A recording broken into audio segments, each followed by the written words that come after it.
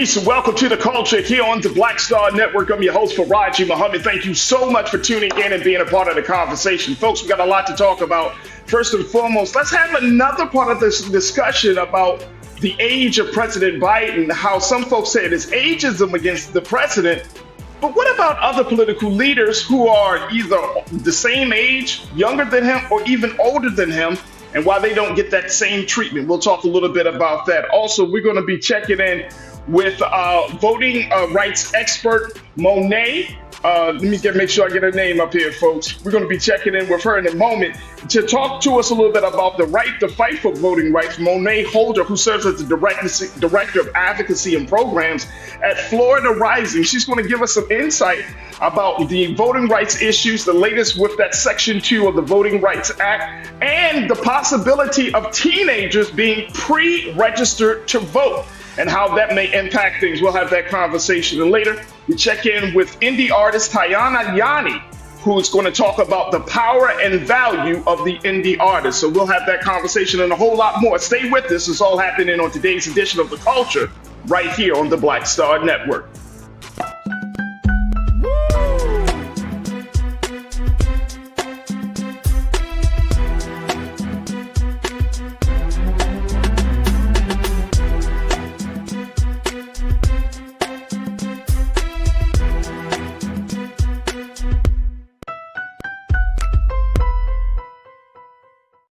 All right, folks, welcome to the culture here on the Black Star Network. I'm your host, Farajii Muhammad. Thank you so much for tuning in and being a part of the conversation. Big shout out to the online culture crew that is just gathering in the chat right now. Love to see it. First and foremost, folks, happy Tuesday. That's right. We're broadcasting live on this day, December the 5th. Can you believe this, that the year of 2023 is almost over? I'm waking up like, damn. I mean, we're 5 days into December, folks, and in 26 days, God willing, we'll be able to see the end of this year and transition into the new year. But it just seems like, wow, it's been a wild, wild ride. But big shout out to my online culture crew that's been riding with me for this whole year, and I can't thank y'all enough. There you go. I see you, Pastor Damon Blissett. Good to connect with you once again, big brother. My brother Willie Frazier's in this chat. Brother Willie, good evening, good afternoon to everyone else. Good evening, Brother Willie. O is in the building. I like that, Brother Willie. Cindy D, I see you. Thank you so much for checking in. Monkey Confessions, that's right. Term limits for all of them. Yeah, Monkey, you getting into it already. Love it. Thank you for checking in. Tiana, hey, Tiana, good to connect with you once again. Pauline Hurt, Miss Pauline, thank you so much for checking in. You don't like my music? Ahoy, you don't like my music. Thank you so much. Rita, I see you. What's going on? She said, what up, FM? Love ya. Love ya too, Rita. Thank you so much. And folks are still gathering here in the chat. Folks, you can do the same as we stream it live on Roland Martin's YouTube page. Just check us out there. We're also streaming live on Facebook, but it's on that YouTube page where we're having the chat with the illustrious, the dynamic, the awesome culture crew. And they're going to be talking about some of these conversations. We're also streaming on a number of other platforms. Let's talk about them very quickly. First, our home platform at blackstarnetwork.com. Folks, that's the official platform. That's the official home of the Black Star Network. And of course, the culture here on the Black Star Network. You can go to our website today. You can see all of our past shows, all of our special streams, all of the things that we're doing to make sure that we are carving out a space in this digital place for a black face. How about that, right? So we're going to just definitely make sure that you support us here at Black Star Network. Download the app for free. Follow us on social media. And of course, your financial donations make a world of difference in making sure that we continue to have the power, the trust, the confidence, and of course, the resources that we need to make this thing happen. So please, please, please don't forget to support us while you're on there. We're also streaming on Amazon News and your Fire TV, Amazon Prime Video as well. You can find us on Prime Video app under Live TV, The News, or find us on Amazon.com under Prime Video, Live TV, The News. We're also on Freevee. You can find us there on Now under News and on Plex TV 24/7. All you have to do is search for Black Star Network, Live TV, The News, and Opinion. All right, folks, let's talk a little bit about this. Let's first talk about this ageism situation that is a constant discussion as we talk about the reelection of President Biden. But and there are many, there have been some of you who have said, how come we're not talking about President Trump's age? How come we're not saying the same thing? How come we're not seeing the same thing? Well, USA Today put out a piece that speaks to that same sentiment. That what we're seeing, the level of scrutiny that we have been giving to the president about his age is not always applied to other political leaders. Now, it has recently came to the forefront, especially as we saw some political leaders standing at the podium freezing up. And I'm speaking of Mitch McConnell. We saw Dianne Feinstein, who has been undergone her medical situation. So all of those things kind of came up around the same time. And then you have the gaffes of President Joe Biden, whether it's from the past or whether it's from this present time of his service in the White House. People have been noticing like the stumbles, the gaffes, the fall off the bike, all of these things are giving people pieces of a picture saying that this president may not be able to handle another term, right? Even though you have people who have voted for the Democratic Party for the past elections, they are very, very concerned. Voters are very concerned, and it's understandable, but is it justified in the sense that how about Senator Bernie Sanders? Did you know Senator Bernie Sanders is 1 year older than President Joe Biden? Did you know that? Okay, if you did not know that, now you know. But even more so, isn't it something that Senator Bernie Sanders, as much as he has been doing and involved, we don't put him in the same category? Those who are part of the quote unquote Bernie bros, or those of us who just say, okay, we're looking for an alternative candidate that has still a part of a major platform, that has some innovative ideas, maybe he's the guy. And he has ran for president in 2016, 2020, and people are still looking to him for guidance, insight, but they don't see him as an old man. And part of the thing that this piece in USA talked about, and I was trying to wrap my mind around it. So, folks, I want you to share your thoughts on it as well. So post your comments in the chat. But I think it's coming down to, and this is what one voter that was highlighted in this article for USA Today said. He made the very interesting point. And I think that this speaks volumes about where we are. He said, this is a gentleman by the name of Mr. Lasco. Now, Mr. Lasco is a registered independent. He supported Bernie Sanders' presidential bids in 2016 and 2020. His decision, according to the article, to support a political candidate has less to do with their age and more to do with where they stand on certain issues. All right. He said, quote, youth does not make you better, nor does age for wisdom. Whether you're here to help your fellow man is what the biggest concern. I like that. I like that. I like that a lot, right? It's not about youth. It's about your ability to serve your fellow man. But then there's the other part of that it's not just about age, but it's about policy. And age and policy can't be independent of itself. That if you have a certain stance, if you vote a certain way on a certain number of these key issues that we've been talking about, whether it's abortion, healthcare, education, police accountability, any one of these policies, that people will not look at your age if your policies are progressive. Once your policies seem to be antiquated and outdated, then the age question comes up. And I was thinking to myself, crew, big brain moment, boom. It's policy. If we're seeing older, more seasoned veterans in the political space who are much more progressive in their thinking, who are still able to some degree have a connection to the next generation, have a connection to the middle class voter, the connection to the middle age voter, and all of these things, right?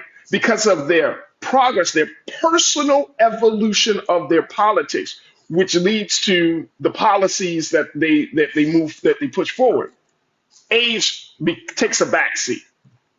And that's why, what's this one of the things that was highlighted in this piece from USA Today?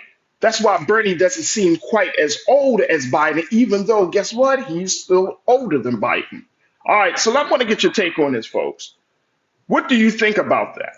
Do you think that that will make a difference? Is President Biden, and I'm going to say this, and I know we gotta take a quick pause, but if President Biden was more progressive, right?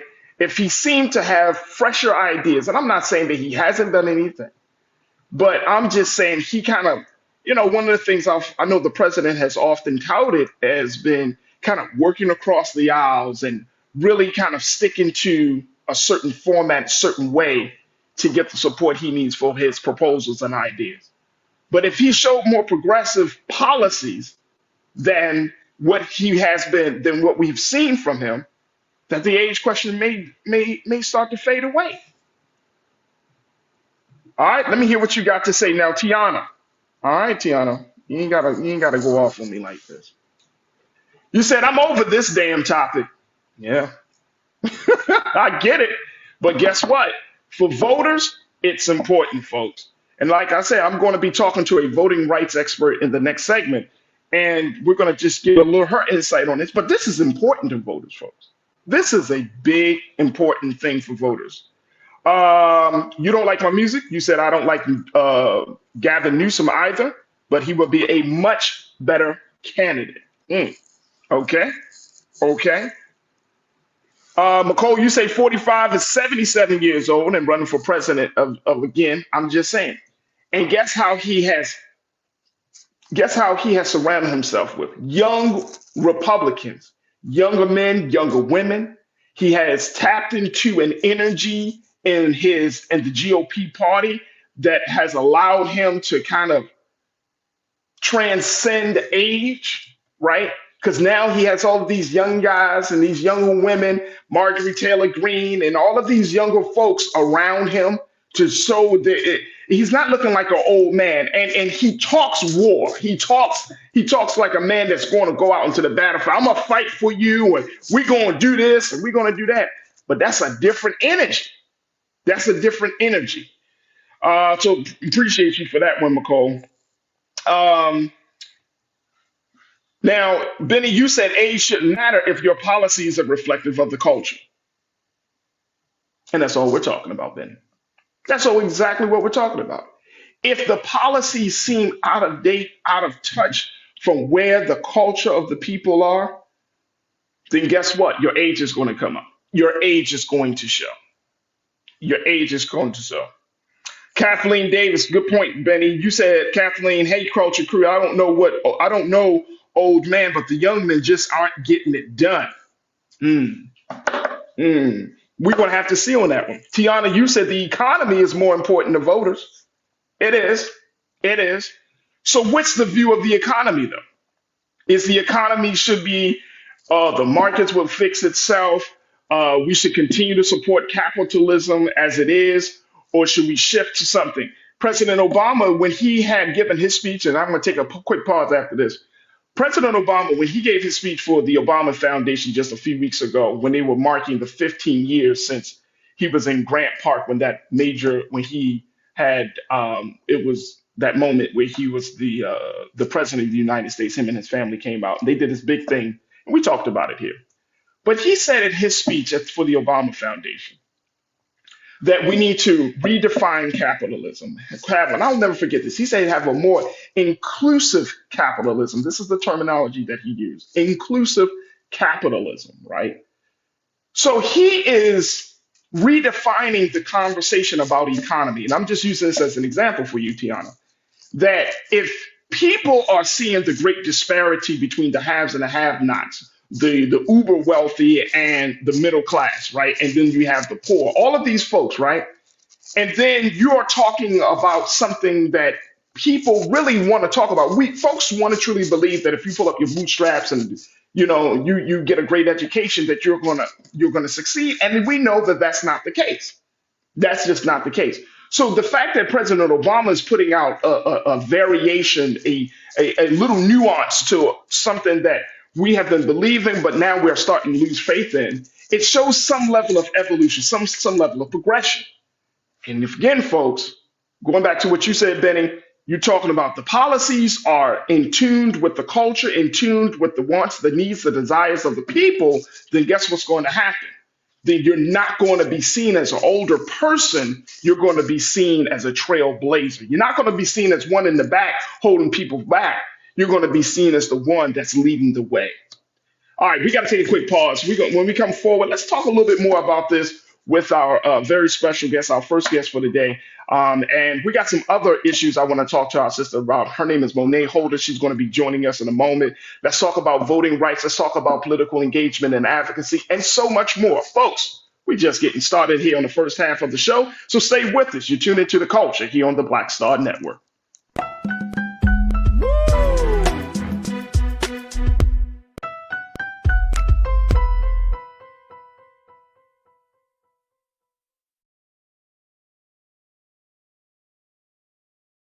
When you talk about blackness and what happens in black culture, we're about covering these things that matter to us, speaking to our issues and concerns. This is a genuine people-powered movement. There's a lot of stuff that we're not getting. You get it, and you spread the word. We wish to plead our own cause.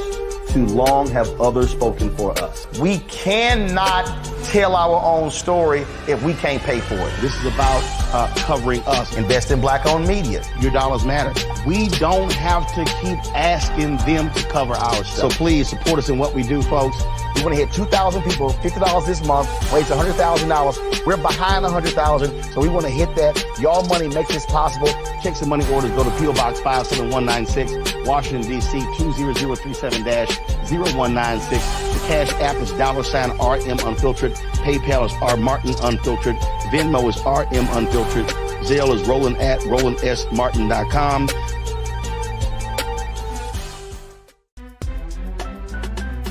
I'm Farajii Muhammad, live from LA. And this is The Culture. The Culture is a two-way conversation. You and me. We talk about the stories, politics, the good, the bad, and the downright ugly. So join our community every day at 3 p.m. Eastern and let your voice be heard. Hey, we're all in this together. So let's talk about it and see what kind of trouble we can get into. It's The Culture. Weekdays at 3, only on the Black Star Network.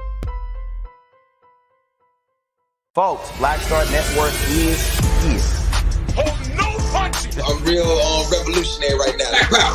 Support this man, Black Media. He makes sure that our stories are told. Thank you for being the voice of Black America, Roland. Stay black. I love y'all. All momentum we have now, we have to keep this going. The video looks phenomenal. See, this difference between Black Star Network and black-owned media and something like CNN. You can't be black-owned media and be scared. It's time to be smart. Bring your eyeballs home. You dig?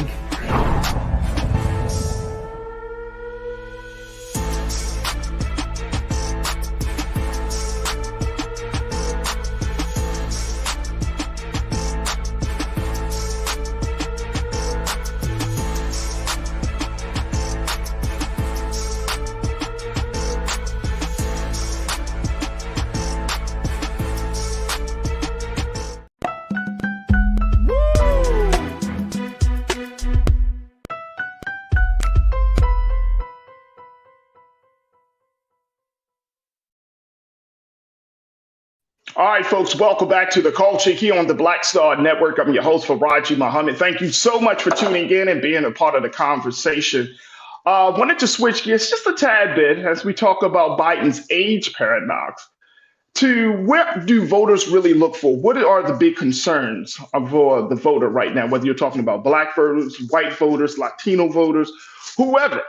What are the big concerns and what are some of the major challenges right now that we're going to have to really delve deep into and to advocate for, so that way voters can be seen and heard, and the presence of the American voter will be felt on election days all across this country as we kick off the election season starting next year. So we wanted to have this conversation, and I'm very, very excited and happy to have my first guest for the day. She serves as the Director of Advocacy and Programs at Florida Rising, and she is a voting rights expert. We welcome her to the airwaves of the culture here on the Black Star Network. Sister Monet Holder. Monet, thank you so much for joining us. How are you feeling this afternoon?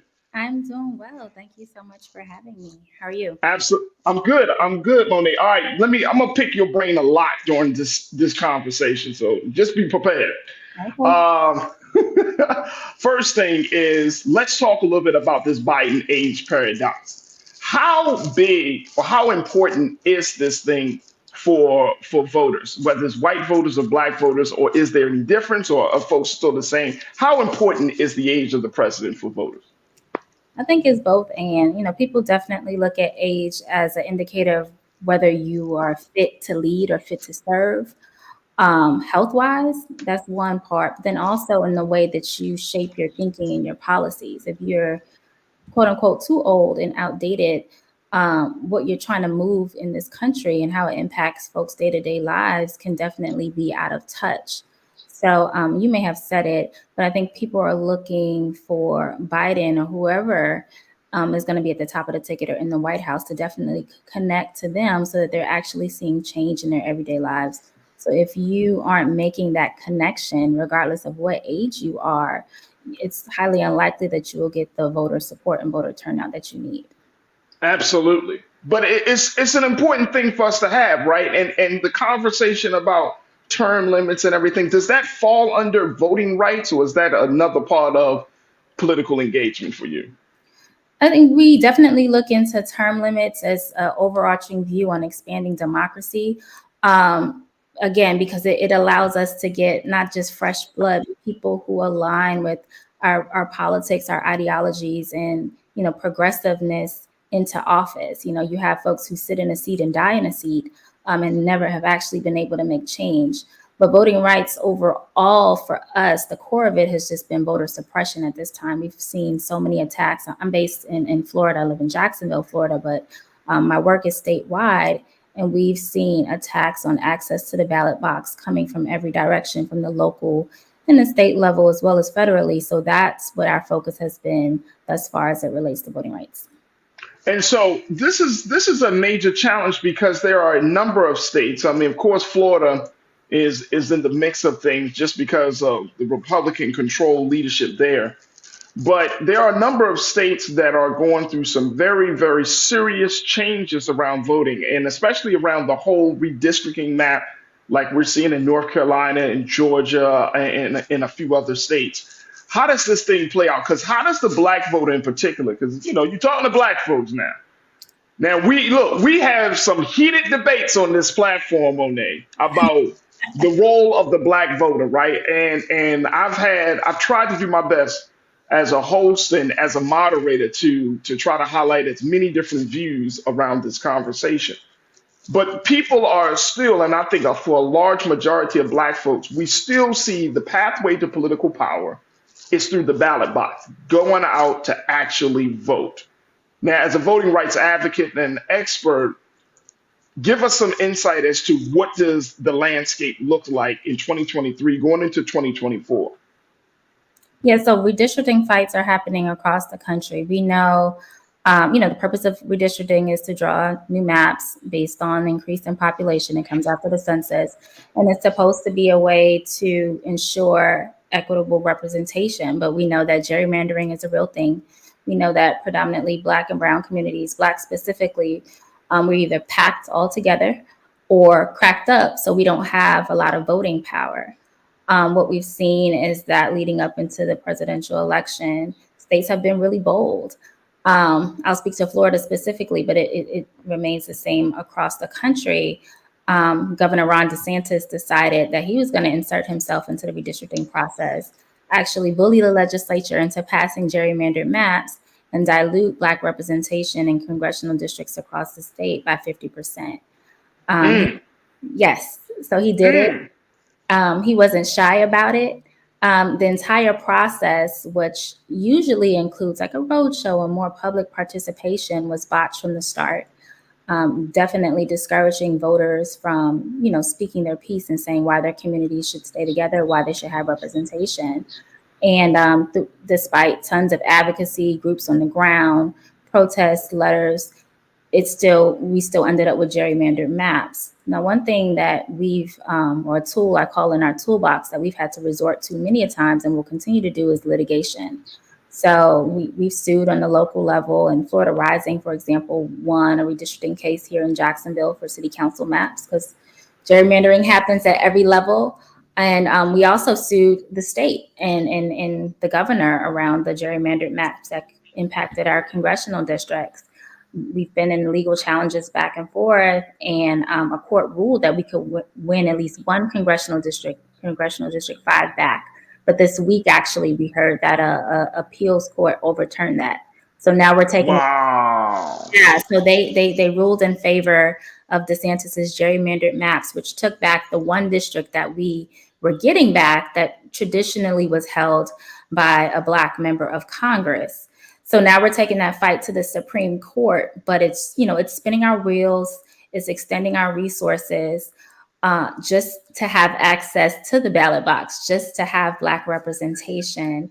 So that's what it looks like. That's what it's looking like in places like Alabama, in Texas. And in addition to just redistricting itself, there are laws being passed at the legislative level that restrict access, whether it's vote by mail, whether it's early voting sites and hours, implementing elections police to intimidate and discourage voters from voting, anything from attacking third-party voter registration groups and making it harder for us, because we're the ones on the ground registering Black folks to vote, to do what we need to do to make sure we're shifting power at the ballot box.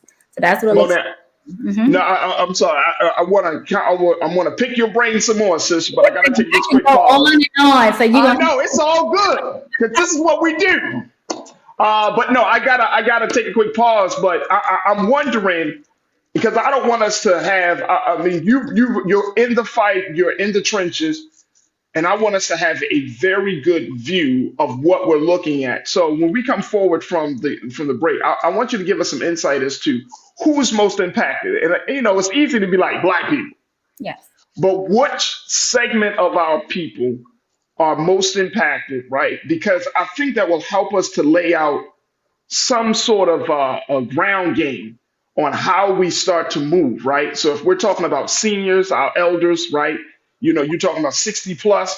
If you're talking about, 30 to 55, if you're talking about 18 to 35, who are the most impacted when we're talking about gerrymandering and redistricting and all of that, and the games that we're playing? Because this will set up, and I truly believe this, that if we play these type of moments correctly, we can not only talk about getting voting rights back into place, but we could talk about how do we drop seeds for the next generation of political leaders to come up, because they're seeing this injustice happen, and we can use that as fuel for the fire to get some new blood at least into the state houses across this country. So I want to get your take on that and a whole lot more. Folks, we are heating up right now as we check in with Monet Holder, who serves as the Director of Advocacy and Program for the organization Florida Rising, and she's a voting rights advocate.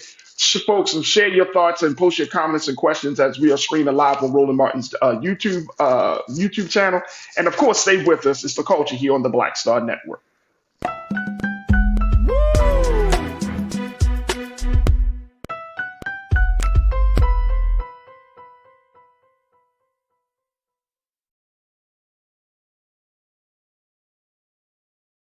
Pull up a chair, take your seat. The Black Tape with me, Dr. Greg Carr, here on the Black Star Network. Every week, we'll take a deeper dive into the world we're living in. Join the conversation only on the Black Star Network.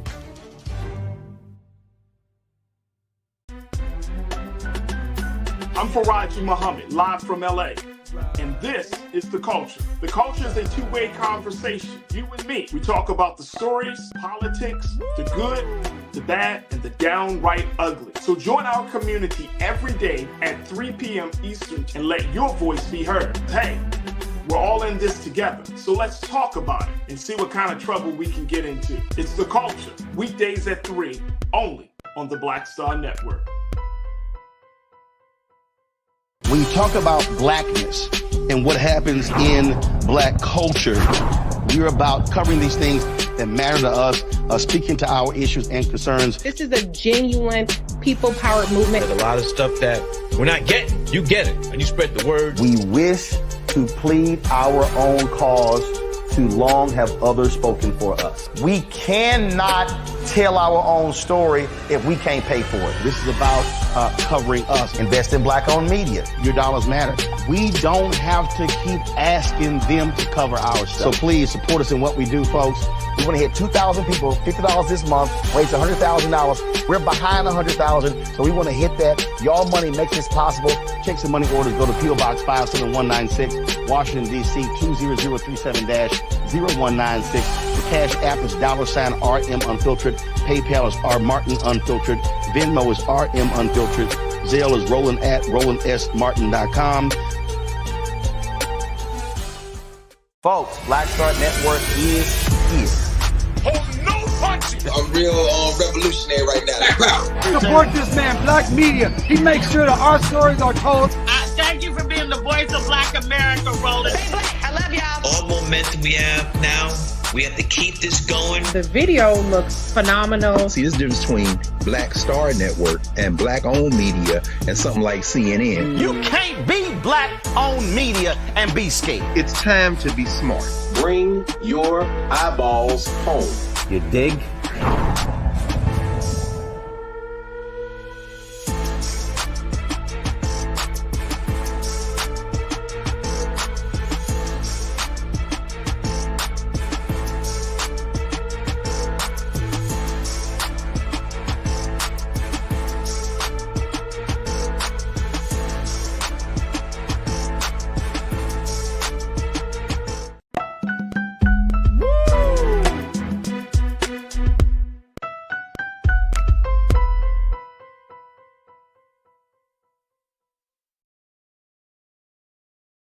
All right, folks, welcome back to The Culture here on the Black Star Network. I'm your host, Farajii Muhammad. Thank you so much for tuning in and being a part of the conversation. I've been checking in with my sister, Sister Monet Holder, who is the Director of Advocacy and Programs for Florida Rising down in Jacksonville, Florida. She's also a voting rights advocate and expert to give us some insight as to what we're seeing right now. All right, so here come the barrage of questions. First and foremost, Sister Monet, let's talk about who are the most impacted by gerrymandering and redistricting? And I heard Black people, I know that, but which segment of our people are impacted the most by these strategies and tricks and tactics?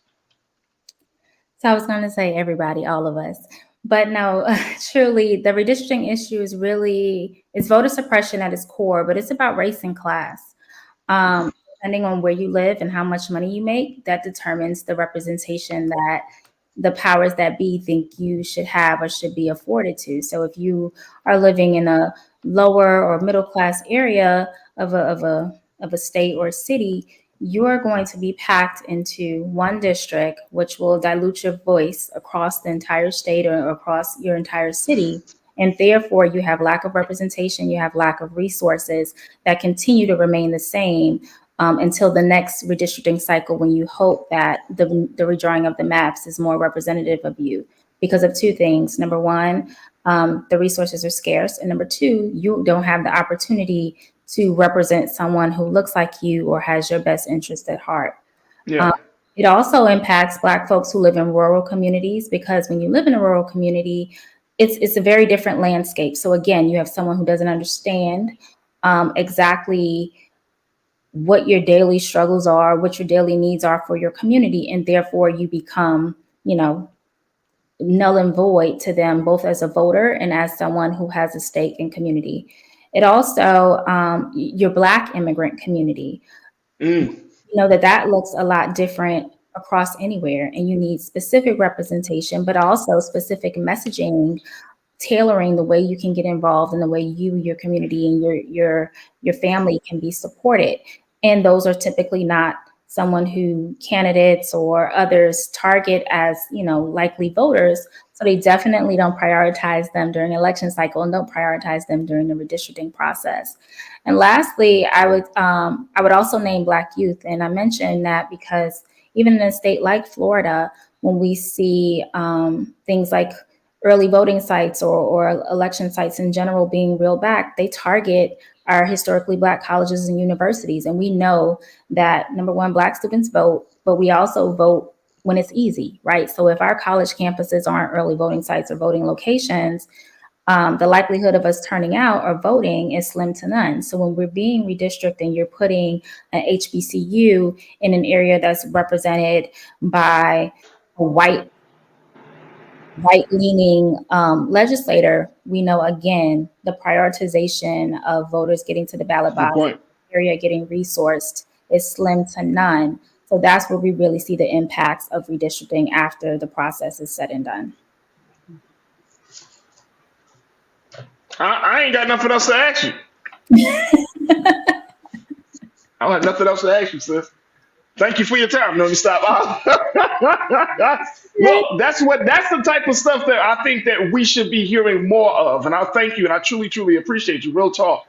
I appreciate you for breaking it down like that, because Black youth, elders, Black immigrants, this is the stuff that I hope that people can that gives people a context of what all of the challenges that we're facing. And when you're talking about these things, when I'm hearing Black immigrants, Black youth, and Black elderly, we're talking about the future of the Black community. We're talking about the future of the Black community. Let me just pose a couple of questions from our online culture crew. This is our dynamic groups of supporters and watchers. They're from all over the country, Monet, and they love watching the show. They love the chat. So many of them are checking in online.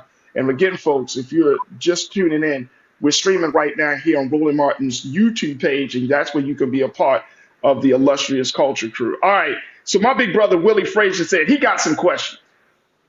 Brother Willie's a thinker. He said, question one, can you talk to the voter purge here in Florida and what should be done to make sure we're on the rolls? Yes. So purging is something that has been happening since I first got into this work many years ago. And it's by design to remove voters off of the voting rolls, right? When I first came into this space, I remember one of the basis behind purging voters was because they had Hispanic sounding last names and therefore couldn't at all be eligible or valid voters, right? Sounds crazy, but it's what they were doing and we had to take action around it. Now, purging is happening in many different ways. Either if you are quote unquote inactive and maybe haven't updated your voter registration, or they can't contact you, they may pull you off of the roll. If, here in Florida, we had a ballot initiative called Amendment 4, which was hopefully going to restore the right to vote to formerly incarcerated individuals once they've completed their sentence. And then the legislature implemented a law that restricted that based on fines and fees. So then has removed that eligibility for many of 1.5 million folks to vote. But that is also another way in which purging happens. So we've been on like the defense and trying to do proactive measures. Number one, to have folks check their voter registration status prior to the deadline to make sure you are on the rolls. And if you're not, you can either go to organizations like ours or go to your supervisors of elections office and re-register so you can cast a ballot in the next upcoming election.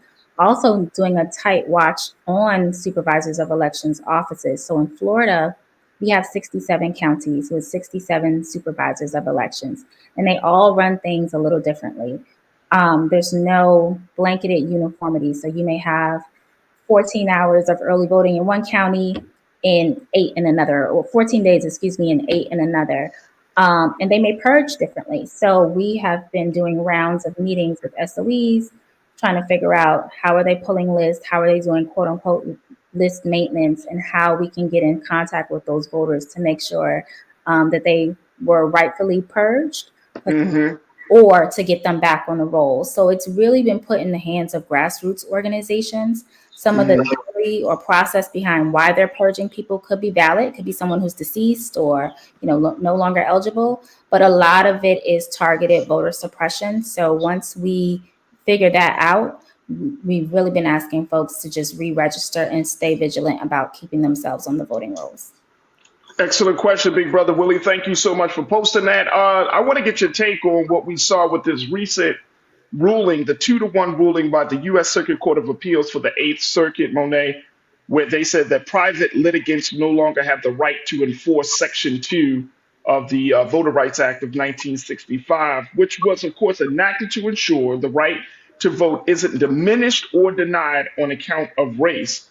And so essentially, this ruling would bar individuals and civil rights groups from bringing future lawsuits to enforce their rights under a provision that they have been using for nearly 60 years to address racial discrimination in voting. So this is something, and this is a piece I'm reading from, is from The Hill. But talk to us about Section 2 being gutted the way that it was just gutted with this recent ruling. And more importantly, how should we respond to that as Black voters? Of course. So I mentioned earlier that litigation has been our most powerful and frequently used tool in our toolbox, and they've caught on to that. So they've seen both the power of us, getting the resources that we need to litigate, because it is costly. And they've also seen us win in a lot of states across the country. So in order to prohibit that, they've gutted Section 2, but gutting the Voting Rights Act is not something that is new to us. They did the same thing in Section 5 of the Voting Rights Act and preclearance protections, where states like Florida were covered from any election laws that may disproportionately impact voters of color in certain areas throughout the state. They removed that from us as well. It was interesting. In last month, actually, I spent about 2 weeks in Geneva, Switzerland, because the United Nations was doing their review of the Human Rights Committee and a treaty that the U.S. has with the United Nations on certain issues. And this one was particularly about human rights. So myself, along with advocates from across the country, spoke on different issues. And the issue I spoke on was about voting rights. I met with different, dignitaries and folks on the United Nations Human Rights Committee about our issues, and they made recommendations at the end, and many of which was not only to, take up our recommendation to restore the Voting Rights Act, but that also voting should be upheld as a fundamental right. Right. Saying that, I met with some folks from the U.S. Department of Justice and really trying to figure out how do we leverage the DOJ in these instances in which the Voting Rights Act is continuously gutted, but these are violations of, our justice, our fundamental right to vote, and how and which are they supporting us through that department. So that's an avenue that we're exploring now. The DOJ, we will still figure out ways in which we can bring litigation. One thing I'll mention too is every time like an organization, a civil rights group, starts a case against whether it's the state or federal government as it relates to voting rights, we also have individual plaintiffs, people from community who are bringing forth litigation based on how they are impacted. So we encourage folks on the ground in community to continue to get involved, continue to be engaged, and don't shy away from standing up in the courts against some of these injustices, because if we can't do it, we definitely need you to. Absolutely. Absolutely. And I know that this is an ongoing battle. I mean, all of next year, I'm sure that there's going to be a lot of groups like Florida Rising and other voting advocacy groups that are going to be on the front lines to say, all right, we need to have a different game plan, because that's something that we've relied on, as I mentioned, for the past 60 years. And now they're trying to knock the legs from right underneath of us, something to stand on. And it should empower us. It should embolden us to move forward. Let me get your final take on this. And Monet, I got to bring you back, sis. I'm going to just let you know you won't be on rotation here on the culture. Got to bring you back because you're bringing some great stuff. What'd you say? I would be happy to come back anytime. Okay, awesome. All right, let me get your take on this. Last week on Thursday, Michigan Governor Gretchen Whitmer, she signed into law a series of measures allowing ex-convicts and teenagers new voting rights for the 2024 election cycle. This is big, y'all. So she signed these package of bills on Thursday. The first will allow eligible individuals to vote in an upcoming election after they are released from prison. That's in the state of Michigan. Now, taking it to the next level, she said the second will allow 16 to 17-year-olds to pre-register to vote. What are we seeing with this? And I'm going to focus on the youth part, and we'll bring you back and talk about the ex-convict part in a little bit. But focus on the youth part. What is the 16 and 17? Because I'm starting to hear some rumblings, Monet, around the country that people are saying, well, maybe we should let 16 and 17-year-olds go to the ballot box. And so when I saw this, I was like, let me ask Monet, what is she saying? What are you hearing? What is this pre-registering, and what does this mean? So yeah, we've been pre-registering 16 and 17-year-olds for quite some time. And it's really to make sure that at the moment that they turn 18, they have access and the opportunity to vote. We know, I remember being 16 and 17 and knowing exactly what's going on in my community. Come from you were special. I was you had some special, you had some great people around you. You got family that gave a damn. Yes. I'm serious. I was the same way. I was like, all right, let me see what's going on. So I knew what was happening. I knew what elections were coming up and who was voting, and they're informed, right? So they do have a say so in what's happening. But I will say that period in between where you're about to turn 18 can get tricky with voter registration deadlines and when you need to be registered in order to vote for the upcoming election. So pre-registering definitely has its benefits because and I remember being 16 and 17 and not being so responsible. So would I meet the deadline to vote? Would I actually sign up on time for the election? So I think it takes that responsibility off of students to remember deadlines like that, but it also gives them the opportunity to immediately participate in the upcoming elections that will, impact them for the next, several years. So I think it's a brilliant idea. It's something that we've done. What we've had to do, though, is because it's not like a standard, piece of legislation, is work closely with the school board or individual principals or other organizations that students come in contact with in order to have access to them to pre-register. But having a state take that initiative is definitely huge and a big deal and shows that we're moving in the right direction in certain places as it relates to democracy.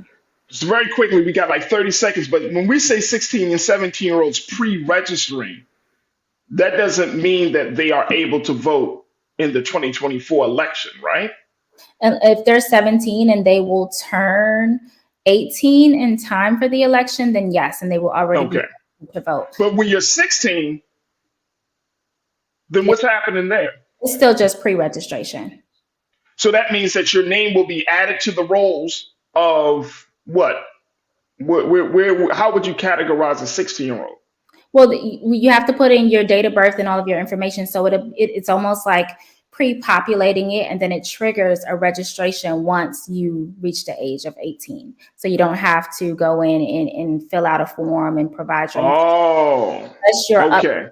Let's say you've moved to another county, another area, then you just do a registration update, but you pre-register. So in time, once you turn 18, you're eligible to vote for that very next upcoming election. Wow.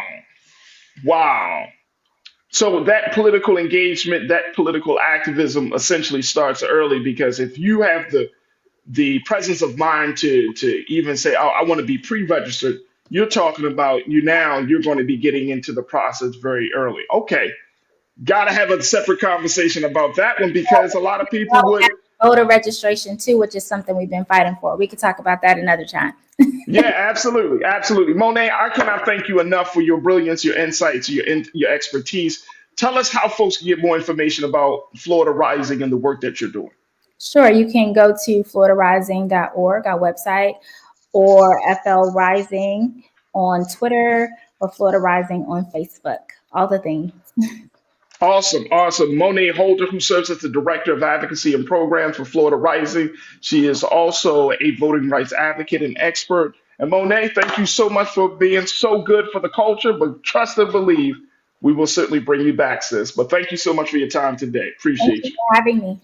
Absolutely. All right, folks, we got to take a quick pause. When we come forward, let's have a conversation. Let's shift gears, talking about politics. Let's talk about arts and entertainment. Let's talk about the power and value of the indie artist. I'm going to be checking in with indie artist Tiana Yanni to talk to us about her work, her story, and she got a little something for the Christmas season that's coming up.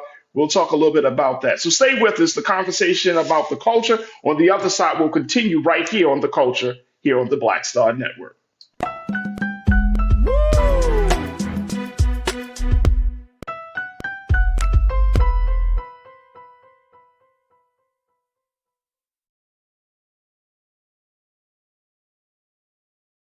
Folks, Black Star Network is here. I'm real revolutionary right now. Support this man, Black Media. He makes sure that our stories are told. Thank you for being the voice of Black America, Roland. Stay black. I love y'all. All momentum we have now, we have to keep this going. The video looks phenomenal. See, there's a difference between Black Star Network and Black-owned media and something like CNN. You can't be Black-owned media and be scared. It's time to be smart. Bring your eyeballs home. You dig?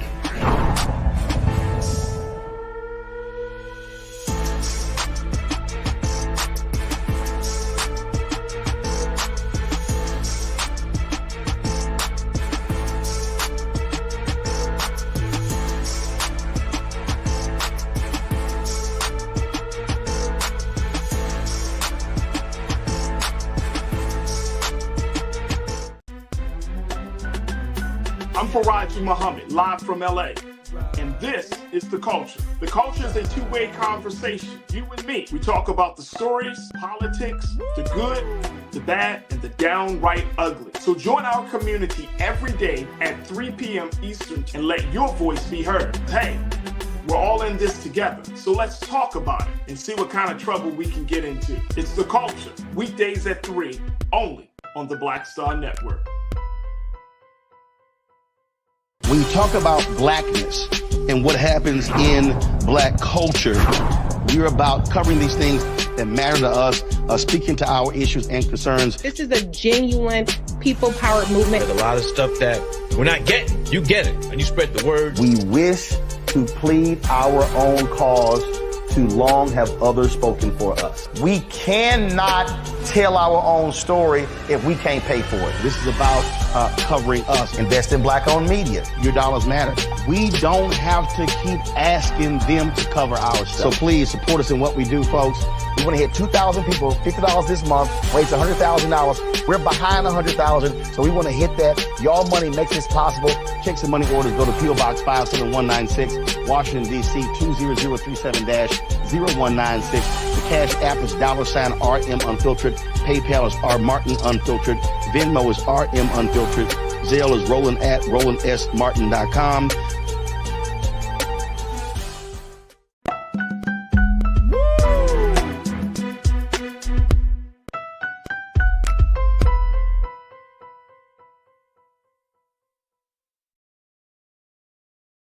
All right, folks, welcome back to The Culture here on the Black Star Network. I'm your host, Farajii Muhammad. Thank you so much for tuning in and being a part of the conversation as we're streaming live on a host of different platforms, including our very important platform, our home platform, blackstarnetwork.com. Make sure you do your due diligence. Go to our website today at blackstarnetwork.com. Download the app for free. Follow us on all social media under Black Star Network. And of course, we ask for your financial donations to help make this network a force to be reckoned with in the digital space. So go down and check it out today. And we truly, truly appreciate you for your support. We're streaming live right now on Amazon News, on your Fire TV, on Amazon Prime Video, folks. You can find us there on the Prime Video app under Live TV and News, or on Amazon.com under Prime Video Live TV, the News. You can also find us on Freevee right there on now at News. And you can find us on Plex TV 24 hours a day, 7 days a week. Just search for Black Star Network. We're also on social media spaces, including Facebook. You can find us there under Roland Martin. And it's on Roland Martin's YouTube page, his famous YouTube page, that we're also streaming there. And you could be a part of the illustrious culture crew there on YouTube. All right, folks, I'm very, very excited about our next very special guest. She is a sister who has a dynamic story. She is a singer, she's a songwriter, and she is an independent artist that is making some waves within the industry. We want to welcome to the airways of The Culture here on the Black Star Network, our sister Tiana Yanni. Tiana, thank you so much for checking in and being a part of the conversation. How you feeling? I'm good. Thank you so much for having me. I'm so excited. Absolutely, absolutely. First and foremost, there's so many things I want to ask you, so I'm gonna try to work through all of this, because you bring a lot to the table, Tiana. You got a lot going on. First and foremost, congratulations. Yeah, I definitely believe, I know it's in order, because you have a couple of your songs that are being featured in the upcoming BET special, Christmas Angel, and so. We are definitely looking forward to that. There's a little bit of the photos from everything that was happening, and so I'm gonna get your take on that. Well, first, how did you feel about that when your songs were chosen? Because I was told that there were a lot of other submissions for the opportunity, but obviously your song just rose to the top and became the song of the movie. So how did you feel about that? Yes, it was an amazing experience. Um, just being there was unbelievable. Like it's something that's so hard to explain. Like once you're there and you are just amongst so many great people and talents, it's such a blessing. Absolutely. I can only imagine. All right, let's take it back to some time, because some folks may not be familiar with who you are and the work that you do, and that's okay. And that's why you're here today, because we want to kind of put some light on who you are as an artist, but also your story, because you have a very, very, very compelling personal story. Talk to us about your pathway to music here. How did you get into the industry? What made you want to become a singer? Yeah, so it all started. I was adopted, and my father bought me my first CD because he heard me singing around the house, and the first CD was a Yolanda Adams CD, and Mm. I mimicked everything she did on that album. I would perform for the entire household over and over again. My dad bought me a mic stand and a mic. When he did that, it was over with. I Wow.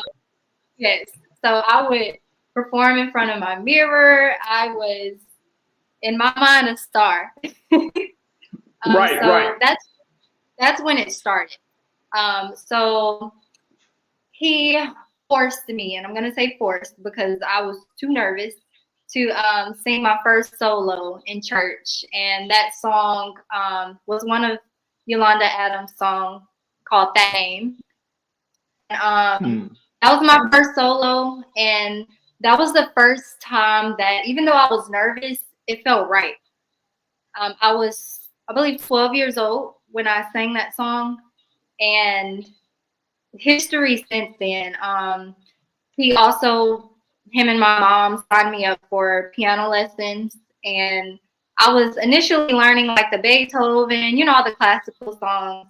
And shout out to my piano teacher. Her name was Mrs. Ledbetter, and she realized that I wasn't so much into that, so she bought me an Alicia Keys composition book. And yeah, after that, I really dug into what I personally liked, and dug into playing the piano and playing for myself, writing songs for myself. So that's really when it started. I just fell in love So with it. it started with the seed of your father putting it in. He putting that seed, dropping that seed in you, and saying, "Hey, I Yeah, think you should do this. This is something yeah, that you have a knack for." yeah. How important is that for an artist, though, to be affirmed like that for a fan, by family, by friends? How really important? We talk a little bit about it, right? But how Mhm. important is that for an emerging artist like yourself? It's so important. It's your foundation, because if you don't have that, like there's so much negativity in the world, you have enough of that. So it feels good to always have a home base to go to. So my mom and dad have always been that for me, my friends, close friends and family. It's very, very important. It keeps you going, it keeps you grounded, it keeps you remembering your why you're doing this. So Absolutely. Look, we got to take another quick pause, Tiana. When we come forward, I want to talk about, now that you're in the music industry, you kind of got through the underground parts of it. Now you're moving into the mainstream part of the music industry. how you're navigating through an industry that is evolving, that is certainly changing. There are a lot of big conversations about artist accountability. There's a lot of big conversations about being a Black performing artist like yourself. And so I want to kind of get your take and pick your brain on that. Plus, crew, I want to get your questions as we have singer and songwriter Tiana Yanni joining us here today to talk about the power and value of the independent artist, of the indie artist. We would love to get your questions as well. So, folks, stay with us. We're just getting started in the second half of the culture right here on the Black Star Network.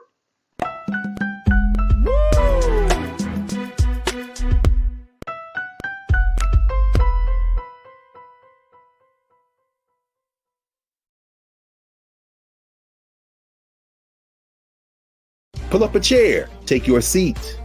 The Black Tape with me, Dr. Greg Carr, here on the Black Star Network. Every week, we'll take a deeper dive into the world we're living in. Join the conversation only on the Black Star Network.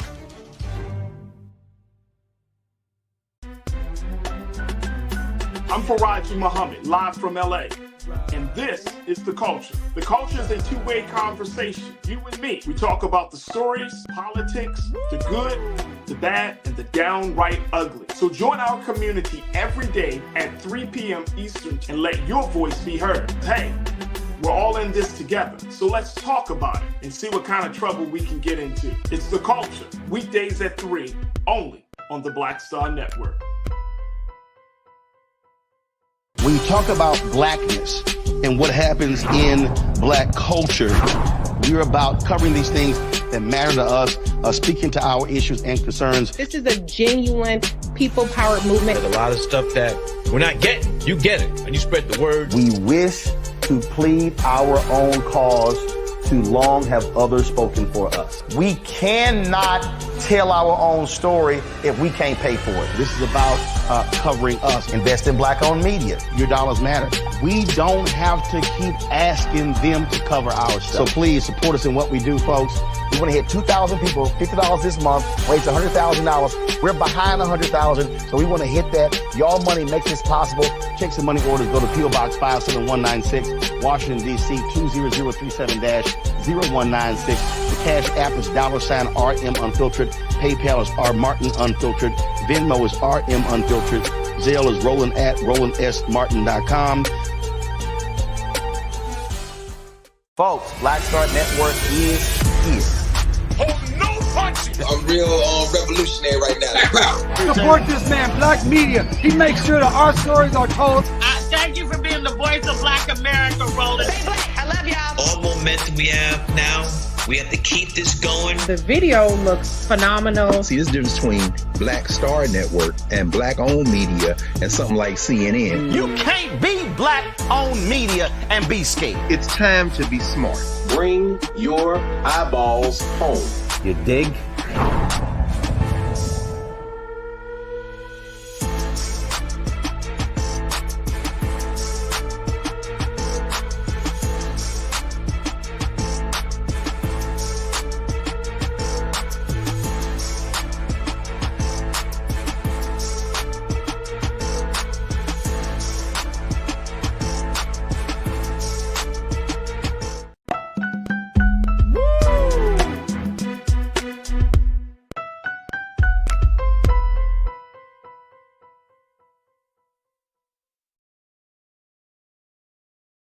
All right, folks, welcome back to The Culture here on the Black Star Network. I'm your host, Farajii Muhammad. Thank you so much for tuning in and being a part of the conversation as I'm checking in with singer and songwriter Tiana Yanni, who is a dynamic sister who has something to offer to the culture by way of her voice.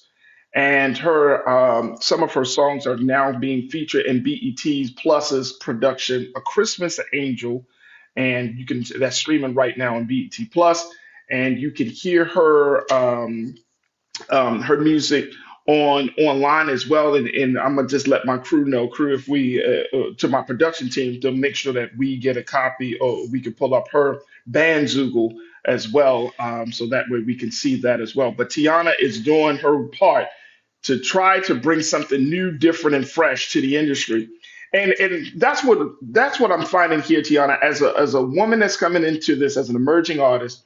You're coming into an industry that I believe is going through some serious changes, right? I think across the board is entertainment that's happening. So talk to me about how you're navigating through the industry as of in 2023, because it's much different than what it was, say, 10 years ago, 15 or 20 years ago, especially for Definitely. Black vocal artists like yourself. So talk to me, how are you navigating with given we're in a time where artist accountability is being questioned. We're in the Me Too movement. Of course, we know about what happened with Diddy and all of that, right? We're in that space. We're in a time where artists are becoming part of the haves and losing touch with those who do not have in some Yeah. cases, right? Like the lifestyle and everything. So, how are you navigating through all of this? Yeah.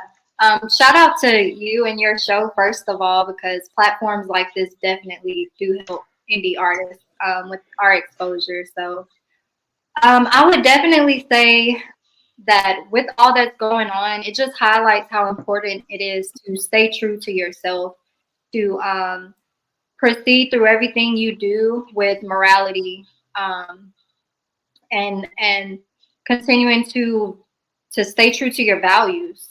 Mm. So definitely, this is one thing that I plan to 100% do for myself. I definitely want to stay true to my values, never do anything that is something that I do not believe in. So I definitely want to navigate through this industry like that, which is definitely tough. Right. Oh Uh, yeah. I mean, I would think it is tough because you got a lot of people that are around you. Somebody can say, "Oh, Tiana, you have a beautiful voice. We can take you to the next level if you do A, B, and C, or if you kind of take this pathway." And then I got people that will meet you on the other side.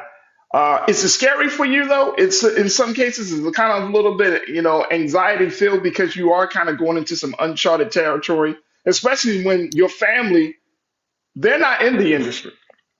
And your friends, they're not in the industry. They're cheering you on. Everybody's like, "Oh, Tiana's great," but you're walking yeah, this walk, not by yourself, but by yourself. yeah. So I definitely keep a group around me, like my day ones, Right, that right, right. have they keep me grounded. And shout out to one of my closest friends, Tanya. Like, she has always told me, like, if there's one thing that someone wants you to do that I know you're not gonna do, I'm gonna say something, right? So Right, definitely right. having those key partners around you is so important. And to answer your question, I'm not nervous about that. I am okay with saying no. And Okay. every paycheck is not a good paycheck. And I think that a lot of artists struggle with that, with having to say yes to a lot of things that you're not comfortable with. And I'm still learning that myself. So that's definitely one thing that I'm not nervous about. Okay. Okay. Yes. Okay. Because you represent not just yourself. You represent a whole other group of folks that are counting on you to win. Yes. Yes. Absolutely. And I want to hear Absolutely. about it often. Oh yeah, and see, you know what? And honestly, Tiana, like I've been in working in the media for a long time, and that's the one thing that I truly, truly appreciate. That whoever's around me, and I try to keep a very humble spirit, and just this is what I do, but it doesn't consume me to the point that it gets to my head, like, oh, I'm that guy. You know what I mean? But I try to keep everybody. I want people to tell me the truth. I want people to be Right. honest with me, and they can show their honesty with care, with love. But at the end of the day, yes, I don't need a bunch of yes men and yes women. My production Yes. team, anybody that's rolling with me, I want them to be like, "Hey, Faraj, you know what? That was a terrible idea." Yeah. or you know what, Faraj, you should do more of that because it really works. So it's hard to try to find it. Have you found that building those relationships is it been easy for you or has it been a challenge? So far it's been pretty easy. And it starts like even from the music production. My producer with Alio Music, like he's definitely been very helpful also with knowing my voice, knowing what I will sing, will not sing. So it's been a pretty easy transition. That's good. That's awesome. That is awesome. I want to kind of get your take on this, and then we're going to take another quick pause. When you're talking about the next generation, a lot of artists, well, I'm gonna say some artists didn't go the traditional route, and I want you to kind of share with us what was the route that you took, especially as an indie artist, to even get seen and to get some level of distribution and to get some level of support from the mainstream institutions within the music industry. Because now we're seeing artists using social media as a way to get put on. Is that still the trend right now, or is that like slowly dying off? Because you used to have SoundCloud, people be on YouTube, people are on IG. Everywhere I go, Tiana, somebody is singing or rapping on social media. And I'm wondering to myself, like, damn, are they just like, what are you doing this for? You trying to get signed? Like, what are you doing this for? What do you see? Do you look at social media and be like, oh my girl, like, what are we seeing right now? What's the current culture for the indie artists right now? Yeah. So yeah, it used to be, SoundCloud was like our go-to. But I still agree with you. Social media definitely has a huge impact on the indie artists.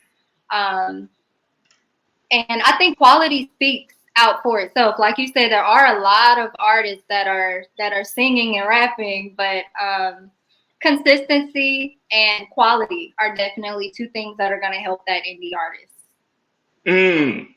How was you discovered? How did you get to the place that you're at right now? Yeah, so consistency. Okay. Definitely that. I have a lot of songs that are not released yet. So it really just is about consistency and having a good team behind you. Did you use social media as often?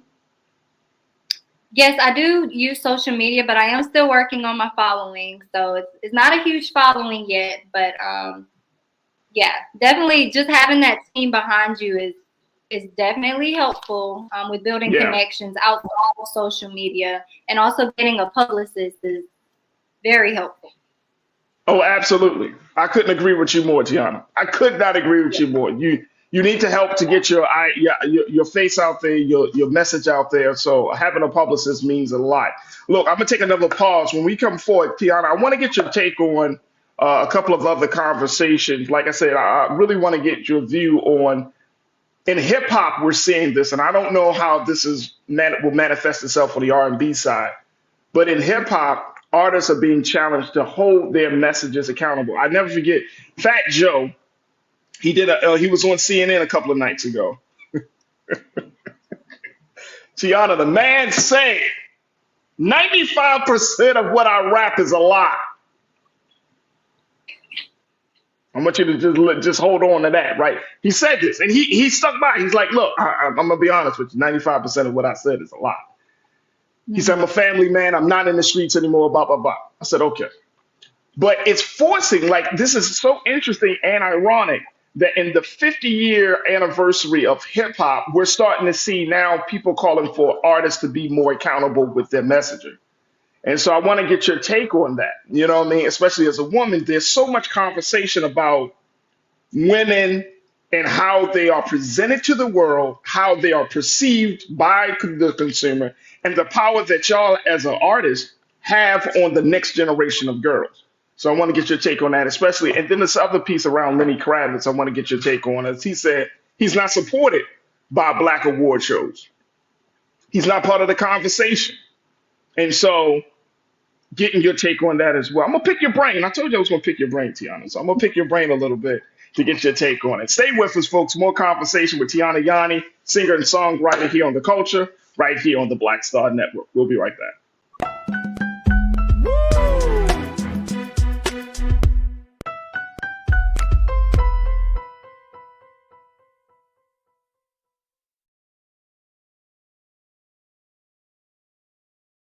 Pull up a chair, take your seat. The Black Tape with me, Dr. Greg Carr, here on the Black Star Network. Every week, we'll take a deeper dive into the world we're living in. Join the conversation only on the Black Star Network.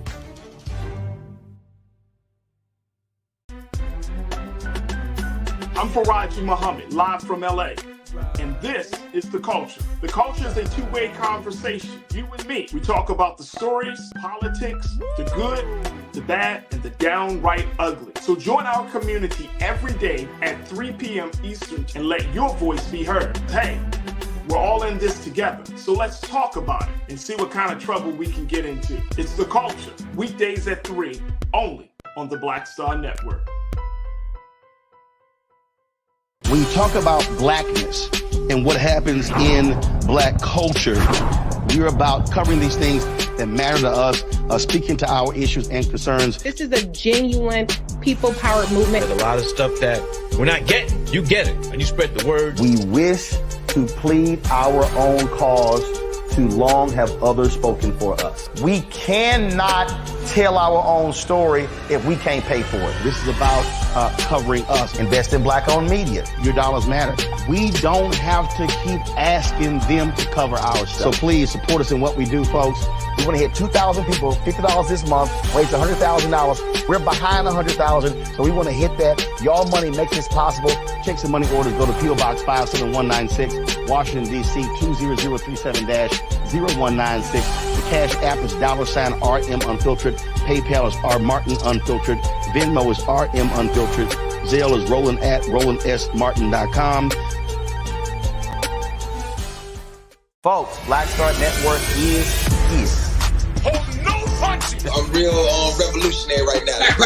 Support this man, Black Media. He makes sure that our stories are told. Thank you for being the voice of Black America, Roland. Stay black. I love y'all. All momentum we have now, we have to keep this going. The video looks phenomenal. See, this difference between Black Star Network and black-owned media and something like CNN. You can't be black-owned media and be scared. It's time to be smart.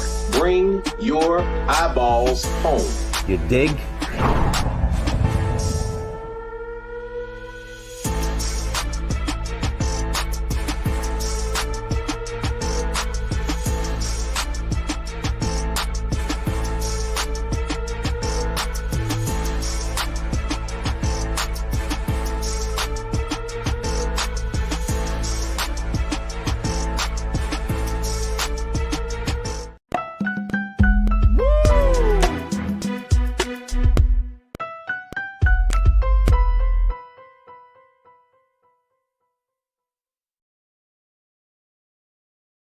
All right, folks, welcome back to The Culture here on the Black Star Network. I'm your host, Farajii Muhammad, joined by singer-songwriter Tiana Yani. There we go, folks. Yes. People are asking, like, wait a minute, when's she going to sing, Farajii? She needs to sing. You know, we're going to play a little something for you, for our wonderful audience here in a moment. But I wanted to continue to pick her brain because, you know, when we have an opportunity to talk to artists, right? And I don't know if you feel this weight on you as an artist, whether you're as a black woman, as an artist, that is just as an artist in general. But people have a lot of expectations for artists today, right? Like fame and notoriety and being out there and showing your talent and skill is a different ball game. It's not like y'all are over here, we're over there.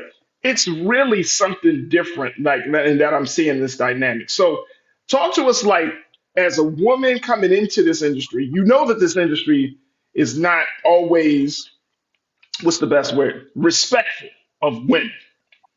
Whether you even in hip hop or in R&B, right?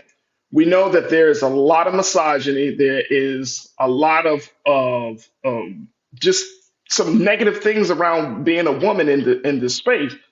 Do you think about that as an artist? Like as you're growing and as your career is moving along, do you think about, okay, let me make sure that I'm doing something that's going to reach a little girl? Because you don't know who's listening to your music. You don't know who's riding in the car, who's downloading your music on from Bandzoogle or checking you out on TikTok.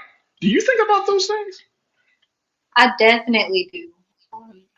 I want to be an artist that, just like me, when I was a little girl and my dad gave me that Yolanda Adams CD, or let's say someone gives someone a her CD, or a Tori Kelly CD. You want to be that artist that little girls can look up to and sing that song in the car, sing it to their grandmother, sing it to their mom. So yes, I definitely want to be a good role model for little girls. Absolutely. That's awesome. Cindy D, one of our great culture crew members, she said, what are some of your other musical influences? What is your type of music? Is it gospel? Yeah. So I love gospel music. I consider myself a multi-genre artist. I don't want to put myself in one box. Of course, gospel music is my foundation. I love R&B music. I love pop music. I love a little country music. So I want to dibble and dabble in some of all of that. So some of my music influences, I would say, I love Tori Kelly. I just spoke about her. I love Jonathan McReynolds. Her. Brandy is she's in my top 3. Okay, I get it. I get it. I definitely love Brandy. I hear that. Yeah. People don't give Brandy enough credit. And her new Christmas album. Her Christmas album was fire like that? It's fire. It's like Whitney Houston and Mariah Carey's Christmas album. Whoa! Wait a minute. Hold on here, Tiana. Hold on. Let me stop. Let me take the host hats off. And wait a minute. Hold on, my sister. Hold on. You gonna put Brandy's Christmas album next to Whitney and Mariah? Come for me. Yes. Yes. I said what I said. I said what I said. Yes. That's heavy. That is really heavy. And when you look at Brandy, who has, and I have nothing but great respect for Brandy. Like I said, she just seems like she's just an all around good person. But as an artist, she has been able to redefine herself over the past, what can we say, at least 20 years, 25 years that she's really been out there as an artist and everything, to redefine herself. And for the most part, it seems like she's doing it on her terms. For the most part. Is that what you see with what I've just shared? I definitely see that. And I don't know if you've known, but Brandy has even entertained rapping recently. And she's starting to, and I heard her say that she loves to do background more than she likes to do, lead vocals. And you really can hear that. I mean, she's always been, known for her harmonies, but you definitely can see in her last couple of albums that she's definitely entertaining the harmonies. And it's so dope. Like, words do not give her enough respect for how amazing she is. Right. Now, as an indie artist, like when you look at that, and you know one person I noticed that you didn't put into your mix of musical influences? Cool. The Queen.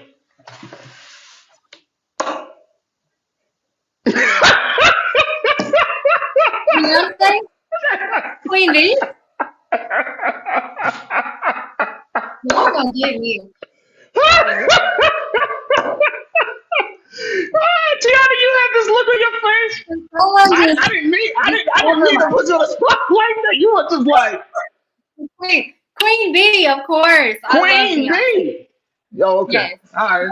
I mean, I don't want your career to end before it really gets started. I mean, you just ruined me. I didn't ruin it. I just said you didn't. I'm over.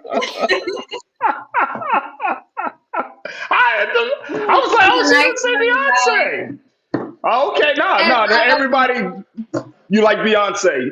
And how has the way she's moving right now is, she's moving. I mean, of course she's signed and everything, but she's really moving like an indie artist. And like she has gotten to a place She has gotten to the place where she can do things the way she wants to do things. And this is a common trend that I've often heard among major artists, that you work so hard, you grind so hard in the confines of the record company's expectations and the business and all of that to get to a place to be an independent artist where you can put out the music you really want to put out. You can have the imaging and branding the way you really want to have it. And it's so funny because it's like it forces people like yourself and others who are coming into the industry and emerging within the industry to like look at that and be like, well, do I need to take that same route? Do I need to go through the route of quote unquote being the industry type of artist, or do I want to be the authentic artist that I want to be? And it seems like there's a big crossroads that stands in front of the independent artist, the indie artist nowadays. Yeah, definitely, definitely. And some of the artists that we've just mentioned, like even when we were talking about Brandy, like she is the perfect example of not compromising and staying true to yourself. You know, Yeah. So that is definitely what we need right now in the industry. Absolutely. Now, I want to get your take on this. Lenny Kravitz was kind of in the news for the past couple of days because he had essentially said that for all that he has done for the genre of rock and roll, he's been in the industry, he's been a rock and roll artist since 1989. I did not know this until I had to read this, Gianna. 1989. And he has redefined rock and roll, especially with him being a black man. He was married to, of course, Lisa Bonet. They had a child together, but his whole branding was like he's the uber cool older rocker type of guy. And he said in his Esquire interview that it took a long time for him to get an invite to the BET Awards, to the Source Awards.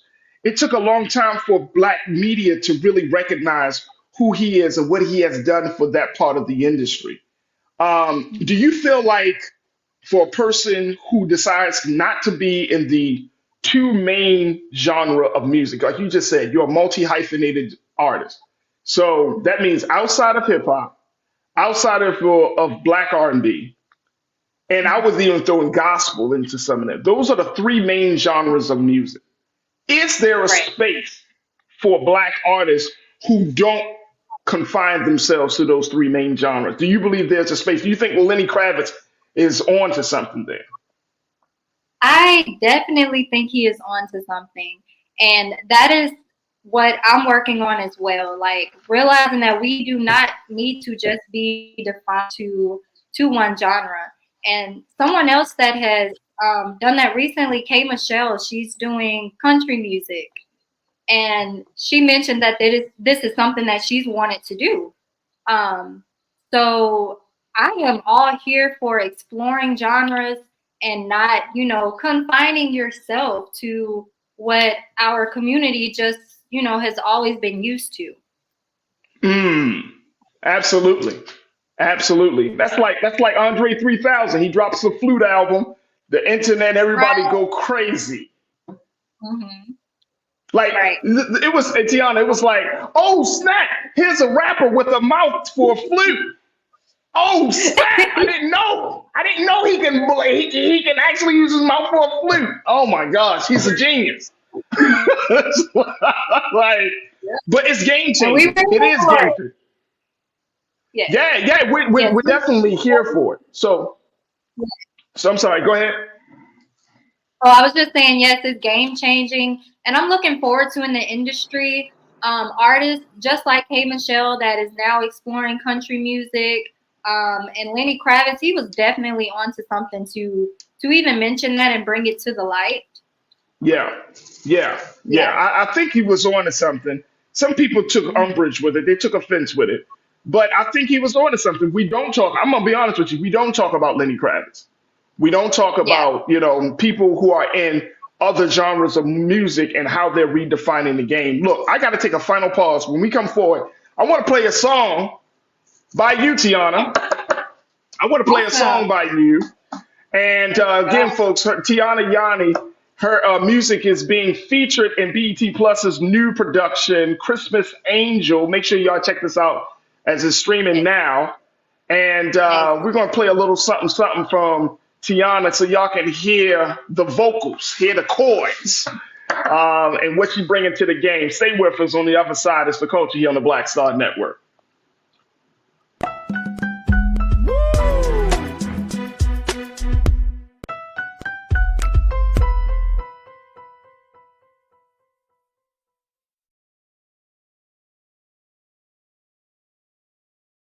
Pull up a chair, take your seat.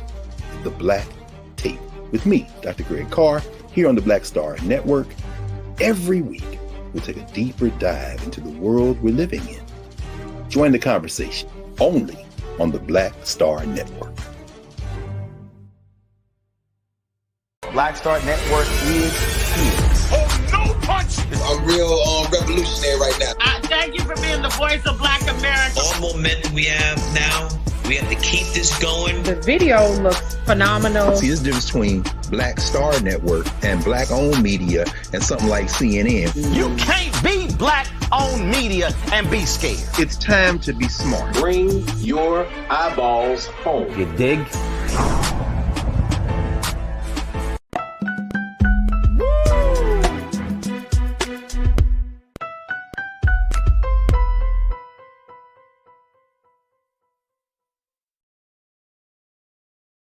All right, folks, welcome back to the culture here on the Black Star Network. I am having some great fun with my sister Tiana Yanni, who is a singer-songwriter, and her music can be found on various platforms, but you can also hear it on BET Plus's new production, new movie, Christmas Angel, that's streaming right now. But let's play a little something, something. Now, this one is Christmas with You. Is that correct, Tiana? All right, let's hear what this. Let's hear a little something, something from Tiana Yanni, y'all. Christmas with You. Dreams become reality with you, with you. True love is Christmas with you. Fa la la la la la la, fa la la, fa la la la la la.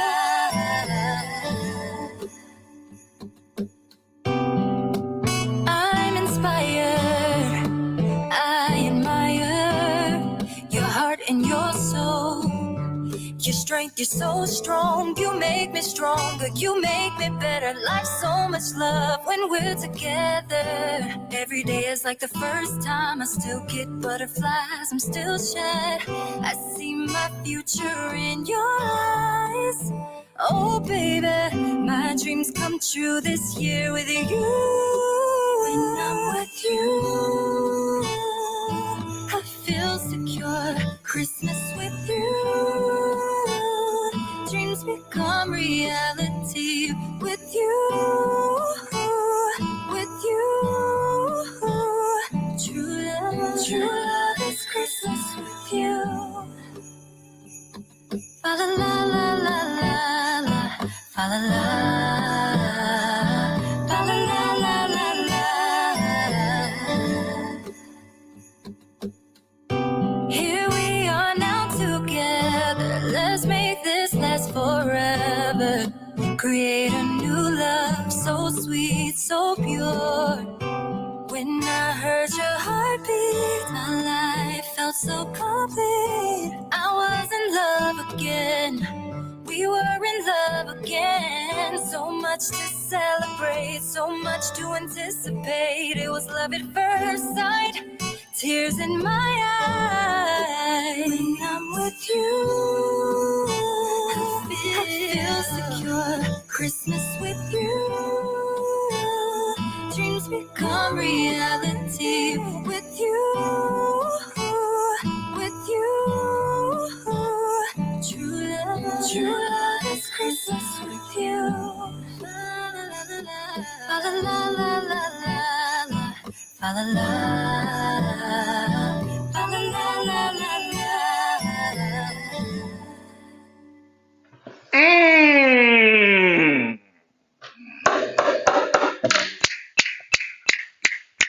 'Cause Tiana Yanni. Oh, okay. Talk to me real quick, because that sounds like you singing to somebody. Somebody's soul is getting lifted. Somebody's heart is opening. Can the church say amen? Somebody's spirit is being emboldened. Can the church say amen? Jesus. You were inspired to sing that to somebody. That was very beautiful. Thank you. That was very beautiful. So, a little history on this song. Originally, this song was called With You. My producer, Al Spears, and we co-wrote this song.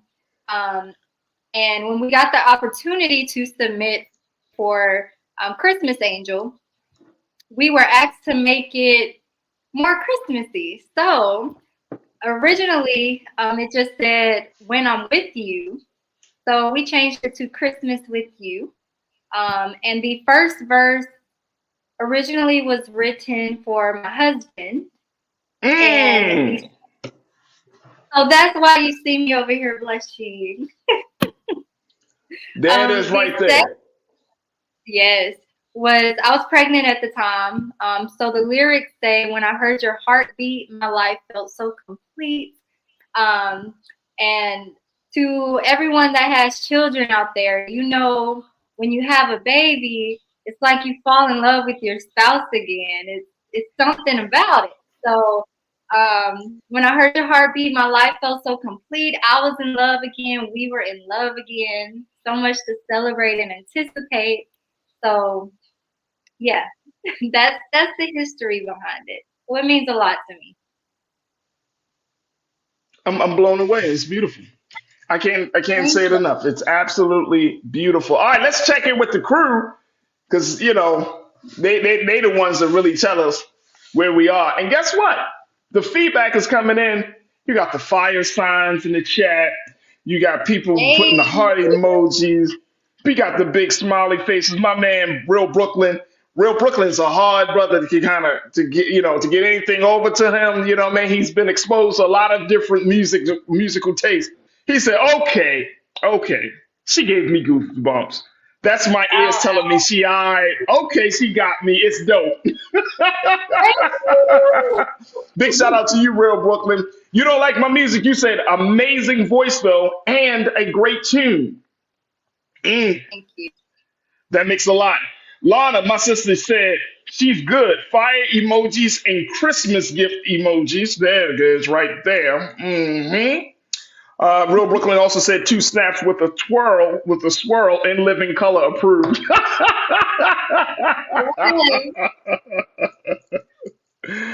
Oh man. And he also said she got a husband. I don't like her music anymore with laughing emojis. Don't even worry about Real Brooklyn.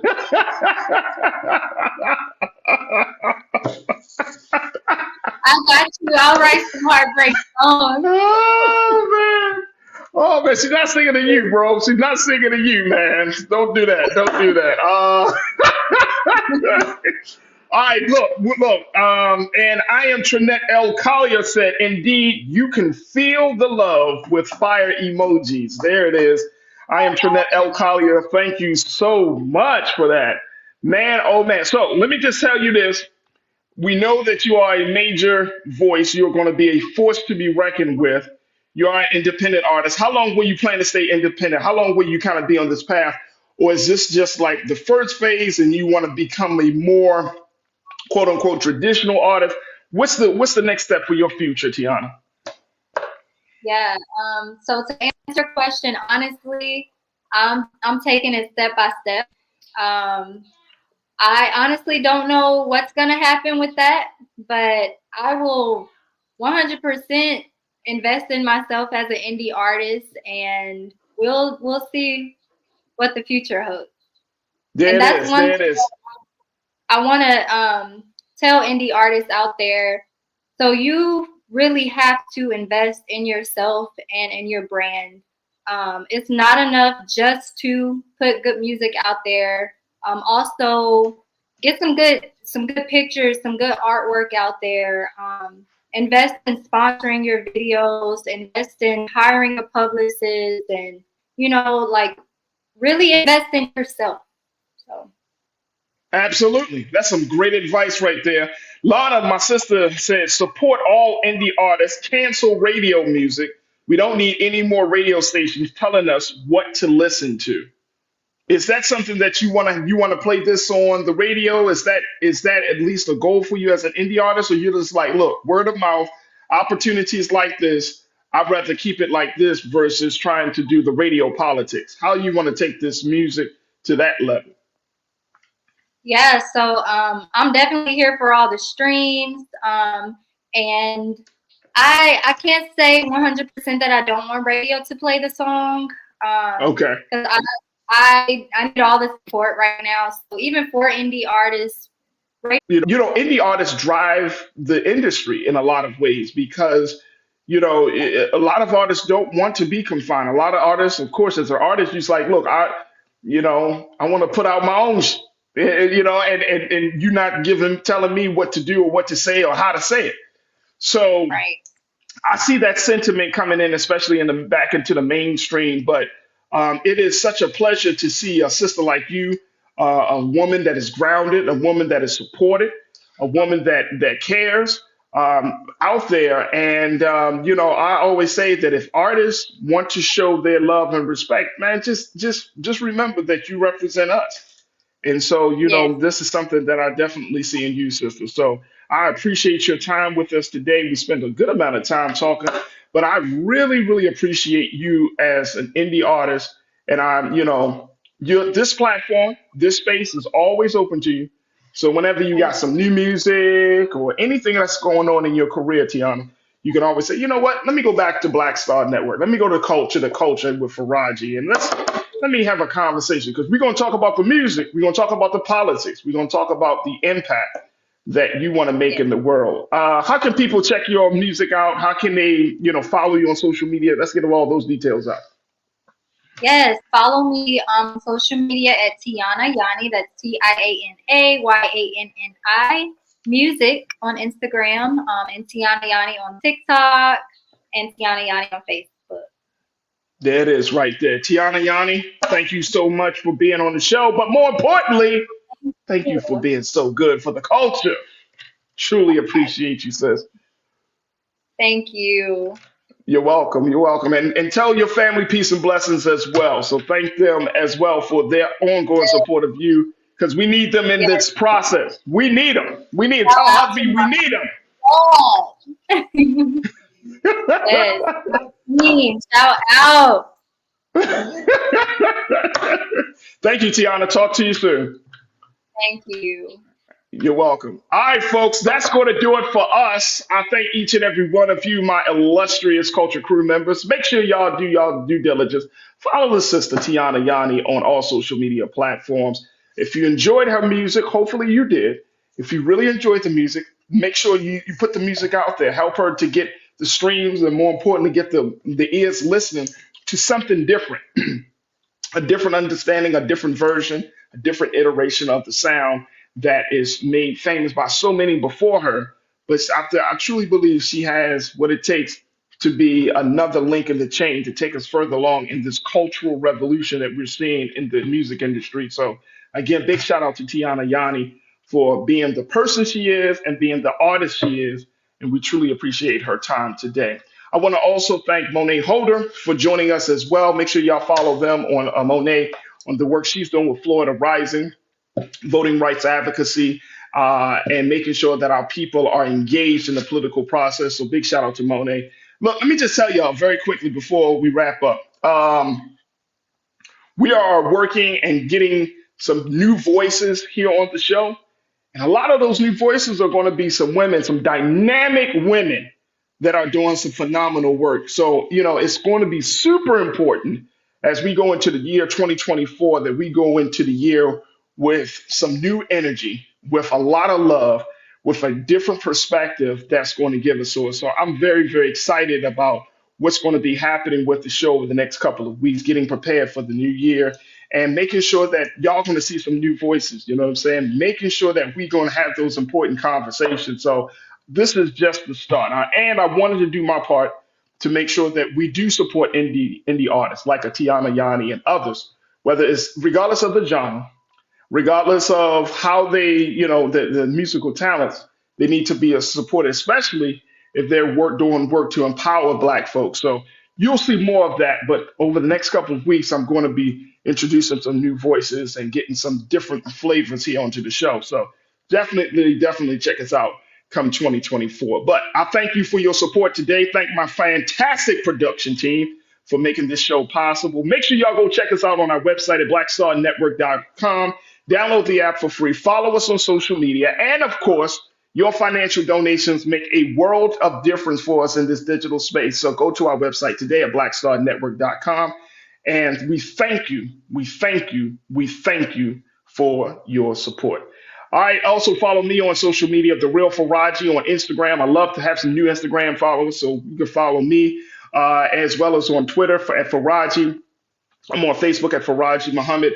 We'd love to connect with you there as well. All right, stay tuned. Up next, 6 p.m. Eastern Time is Roland Martin Unfiltered. As you can see, the big guy putting in that work as he's been doing. So make sure y'all check us out there. He's been doing some fantastic streams. We've been doing a lot of Rolling with Roland. You can check this out on Black Star Network. Man, putting in a lot of work. So again, thank you for your support of the work that he's doing, that we're doing here on the Black Star Network. It means the world to difference to us.